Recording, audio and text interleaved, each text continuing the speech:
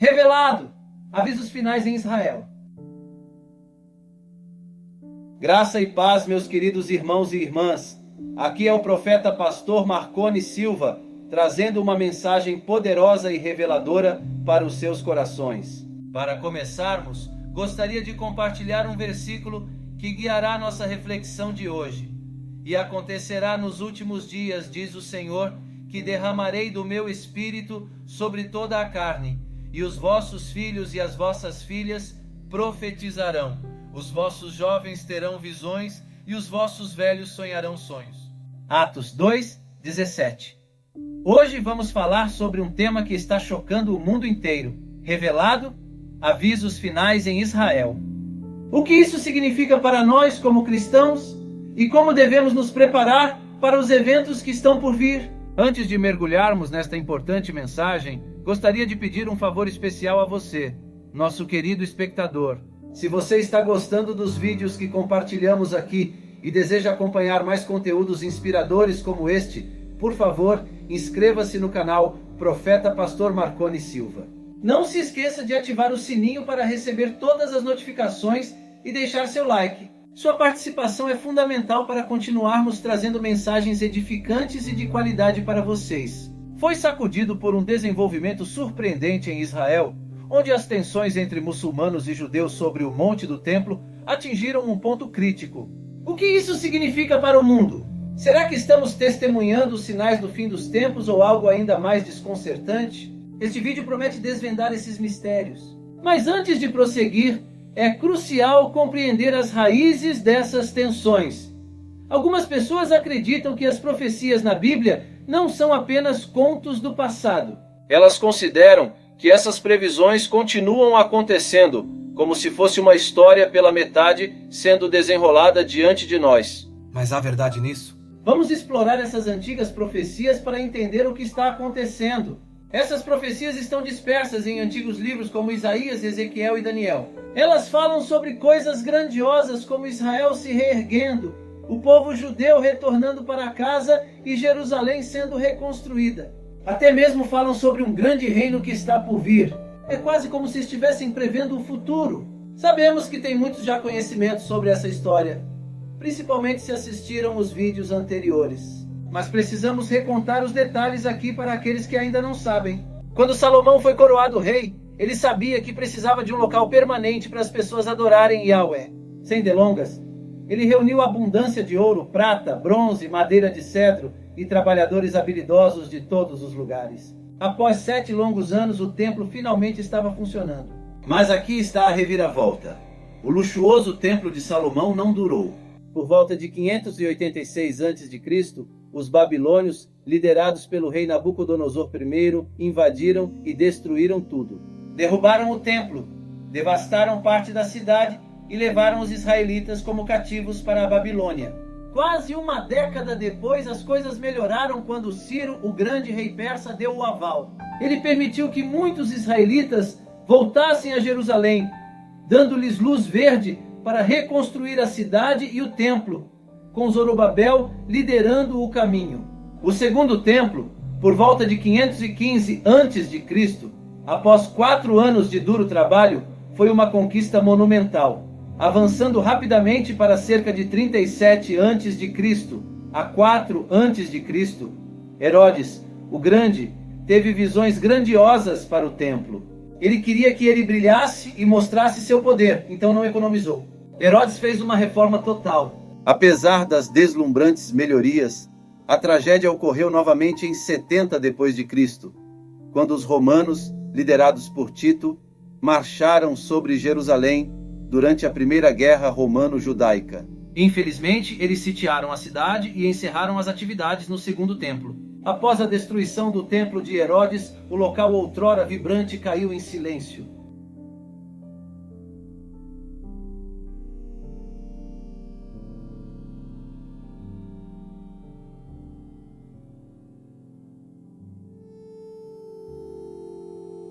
Nenhum novo templo surgiu das ruínas. A terra de Israel passou por uma série de mudanças de governo, cada império trazendo suas próprias políticas e restrições. Isso tornou desafiador reconstruir o templo. Com o templo de Herodes reduzido a escombros, o foco do judaísmo mudou. A adoração centralizada em um templo físico deu lugar à oração e estudo. O judaísmo rabínico tornou-se líder e as sinagogas se tornaram centros vitais da comunidade. Embora a maioria tenha abraçado essa mudança, alguns setores da sociedade israelita anseiam pela ressurreição de um terceiro templo no mesmo local. No entanto, essa vontade enfrenta desafios, especialmente com a oposição de grupos islâmicos, adicionando camadas de complexidade a essa aspiração. Neste conto complexo de fé e geopolítica, as dinâmicas de poder na região deram origem a estruturas islâmicas significativas, a icônica Cúpula da Rocha e a grandiosa Mesquita de Al-Aqsa. No entanto, qualquer tentativa de alterar ou reconstruir um templo judeu neste local sagrado não gera apenas protestos, mas um conflito generalizado. As dinâmicas históricas de poder adicionam complexidade, mas o sonho de reconstruir o terceiro templo permanece como um esforço fundamental, porque se acredita que esteja alinhado com as profecias bíblicas, representando um passo crucial em direção à chegada da era messiânica. No entanto, incertezas envolvem essa profecia, deixando-a pendente. Podemos recorrer a registros históricos para entender a importância dessas profecias. Por exemplo, considere Ezequiel 37, 21 ao 22, que prediz como Deus trará os israelitas de volta à sua terra. Uma profecia que aparentemente se cumpriu quando o Estado moderno de Israel foi estabelecido em 1948. Outra profecia é sobre uma nação nascendo em um dia, ecoando as palavras de Isaías 66, 8. Essa profecia carrega peso, simbolizando o nascimento do Estado moderno de Israel em 1948. Parece que as páginas das palavras de Isaías se desdobraram diante de nossos olhos. Outra profecia diz respeito a guerras e rumores de guerras, conforme Mateus 24, 6 e seguintes. Passagens que prenderam a atenção de Jesus antecipam tempos tumultuados, marcados por 2 guerras mundiais e conflitos contínuos ao longo da história, levando alguns a questionar se isso é o contínuo desdobramento da profecia. Além disso, há previsões de desastres naturais, conforme descrito vividamente em Lucas 21, 11. Esta passagem retrata uma era marcada por terremotos, fomes e pestilências ocorrendo em todos os lugares. Ao olharmos para os tempos recentes, é evidente que nosso mundo enfrentou importantes convulsões naturais. Seriam esses os ecos de uma profecia entalhada séculos atrás? No meio dessas profecias em desdobramento, o foco permanece no elusivo Monte do Templo. Os judeus, convencidos de que o fim está próximo, lidam com a realidade de que esperar não é o suficiente. O Monte do Templo, carregado de significado histórico e religioso, permanece como um quebra-cabeça complexo, aguardando solução. Antecipando o terceiro templo, surge um instituto conhecido como Sanhedrin, responsável por gerenciar os preparativos necessários. O instituto pavimentou o caminho para o futuro restabelecimento do templo e serve como força orientadora nessas preparações meticulosas. Entre seus esforços abrangentes, o Sanhedrin está trabalhando diligentemente em vários projetos. Um deles é a criação da Floresta Bíblica do Templo, que possui significado crucial, pois é projetada para atender às necessidades agrícolas essenciais para a operação do terceiro templo. O porta-voz do Sanhedrin, o Rabino Hillel, oferece uma perspectiva além da percepção comum do templo. Ele destaca que o templo não gira apenas em torno de sacrifícios de animais e rituais, mas encapsula uma conexão profunda entre o divino e a terra. Além disso, o Rabino Hillel lança luz sobre uma perspectiva distinta em relação ao sacrifício, enfatizando um afastamento da associação convencional com animais. Contrariando a crença popular, o Sanhedrin está diversificando as ofertas sacrificiais, incorporando contribuições à base de plantas cultivadas próximo de Israel para facilitar o funcionamento eventual do terceiro templo. O Sanhedrin estabeleceu uma instituição encarregada de selecionar e treinar indivíduos para servirem como sacerdotes dentro dos recintos sagrados. Em uma iniciativa meticulosa, o Sanhedrin embarcou na criação de réplicas de materiais semelhantes aos utilizados no templo antigo.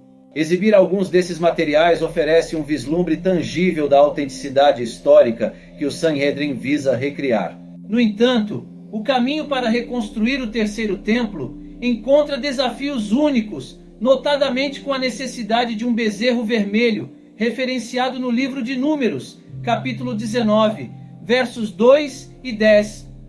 O rabino delineia o comando divino para um bezerro vermelho sem manchas, essencial para rituais de purificação. Este animal sagrado é integral em rituais de purificação, envolvendo seu abate por um sacerdote e a aspersão de seu sangue antes do tabernáculo. Após o abate, o bezerro vermelho torna-se um ponto focal em rituais antigos de purificação. Suas cinzas são combinadas com madeira de cedro e material escarlate, meticulosamente preservadas em um local imaculado fora do acampamento. Revisitando essas antigas tradições e profecias, podemos ver o quão complexo e significativo é o cenário atual em Israel. Estamos vivendo em tempos críticos e desafiadores. Precisamos estar atentos aos sinais e preparados espiritualmente para o que está por vir. Vamos juntos buscar a orientação de Deus, estudar as Escrituras e fortalecer nossa fé para podermos compreender e viver conforme a vontade divina nestes últimos dias. O ritual descrito em Números 19, o abate do bezerro vermelho fora do acampamento, apresenta paralelos impressionantes com a crucificação de Jesus fora de Jerusalém. Esta profecia, encontrada na crucificação, ressoou na comunidade cristã primitiva, que encontrou profundo significado interpretando os rituais do bezerro vermelho como representações simbólicas da jornada sacrificial de Jesus. Essa perspectiva é ecoada em vários textos do Novo Testamento, revelando um tecido espiritual que entrelaça rituais do Antigo Testamento com a narrativa redentora de Jesus. O livro de Hebreus, uma pedra fundamental na teologia cristã, faz paralelos explícitos entre o sacrifício do bezerro vermelho e o ato altruísta de Jesus na cruz, conforme Hebreus 9, 13 e 14.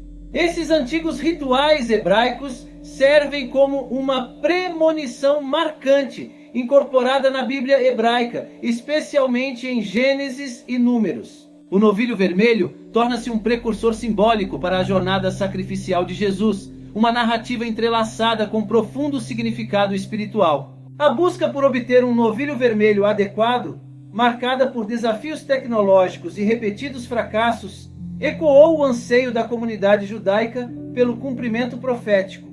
Suas preces encontraram ressonância quando, aparentemente contra todas as probabilidades, um novilho vermelho foi encontrado em uma cidade costeira.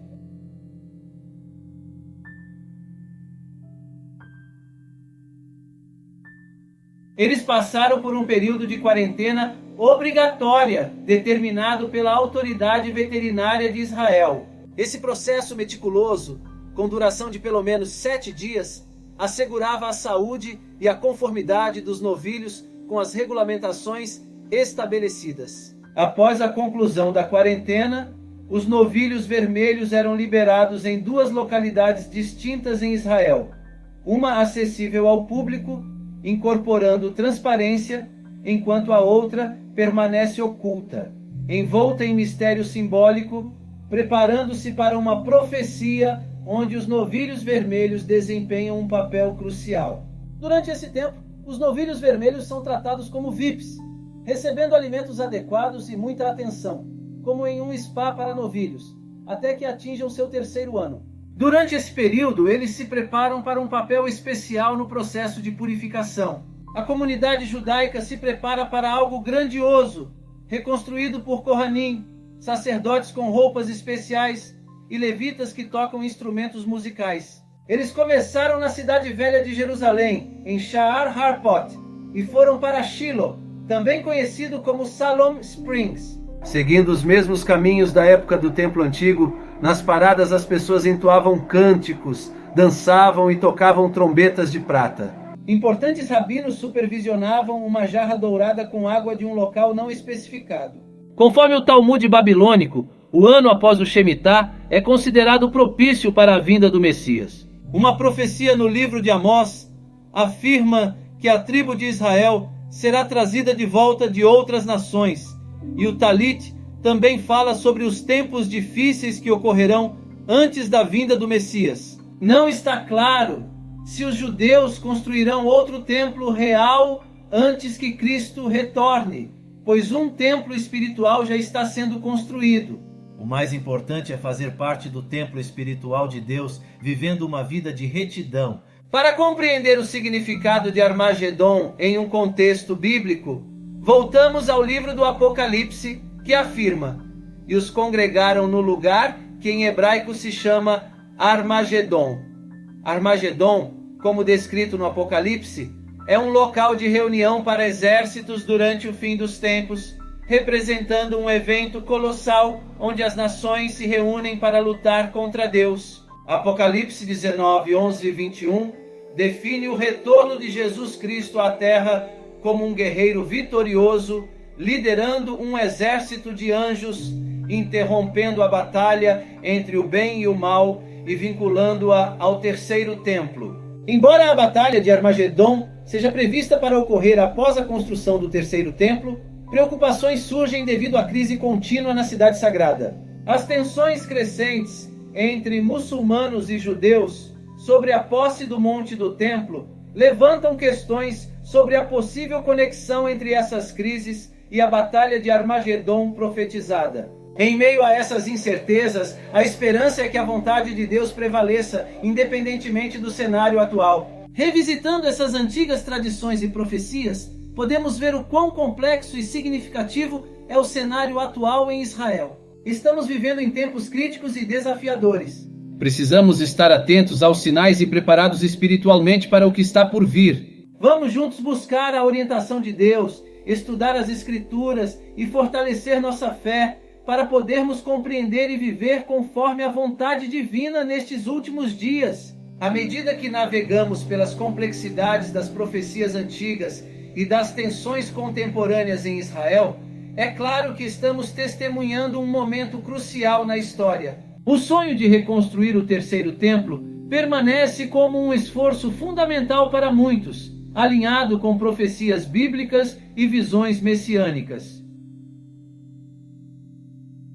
No entanto, enfrenta desafios únicos e potencialmente explosivos, especialmente diante das tensões entre muçulmanos e judeus sobre o monte do templo. Apesar das incertezas, mantemos a esperança de que a vontade de Deus prevaleça, independentemente do cenário atual. Oremos por paz e compreensão mútua, enquanto buscamos viver em retidão e nos preparar espiritualmente para o que está por vir. Em meio a esses relatos, quero fazer um convite especial. Deixa a sua resposta nos comentários. Quer aceitar Jesus como único e eterno Salvador?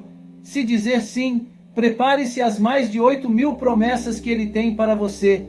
Vou deixar nos comentários fixados uma playlist para aumentar ainda mais a sua fé. Aceitar Jesus não é apenas uma decisão momentânea, mas uma escolha que impacta todas as áreas de nossa vida.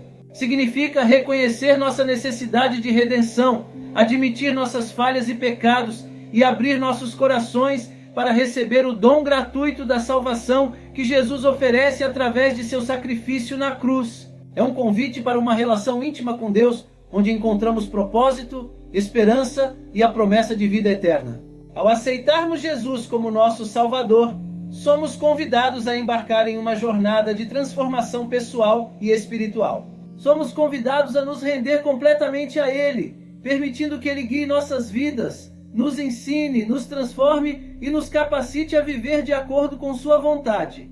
E para aqueles que já deram esse passo de fé, convido você a continuar aprofundando seu relacionamento com Deus, buscando-o em oração, estudando Sua palavra e crescendo em sua fé. E a playlist disponível no canal Profeta Pastor Marconi Silva é uma excelente ferramenta para ajudá-lo nessa jornada, fornecendo recursos inspiradores e edificantes que o ajudarão a crescer espiritualmente e a permanecer firme em sua fé.